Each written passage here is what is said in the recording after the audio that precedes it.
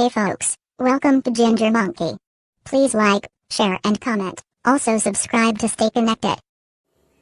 கிண்ண நிறைய மாவு எடுத்து பெரிய ரவுண்டாவும் இல்லாம சின்ன ரவுண்டாவும் இல்லாம பொதுவா ஒரு ரவுண்ட ஊத்தி 4-5 வெங்காயத்தை விட்டாது பொடி பொடியா நறுக்கி அப்படியே மேலாப்ல பரபர தூவி விட்டு ஒரு நீளமான கேரட் எடுத்து அதையும் பொடி பொடியா நறுக்கி அப்படியே மேலாப்ல பரபர தூவி விட்டு ஒரு 16 கரண்டி நெய் எடுத்து அதுல 6 கரண்டி நெய்ய உள் சைடு அப்படியே லேசா விளாவி விட்டு 10 கரண்டி நெய்ய தோசைக்கு வெளி சைடு அப்படியே மேலாப்ல விளாவி விட்டு இட்லி பொடி இருக்கு பாத்தீங்களா அத அப்படியே அள்ளி மலை சாரல் மாதிரி அதை மேலாப்ல பரபர அப்படியே பேய விட்டு பொத்துனாப்ல அப்படி ஒரு பருத்து இப்படி ஒரு பருத்து அப்படி பருத்தி விட்டு அப்படியே ரெட்டி கிழந்த முருக விட்டு அழகா மடிச்சு கம ஒரு ஊத்தப்பத்தை எடுத்துட்டு வாங்க. சரிங்க.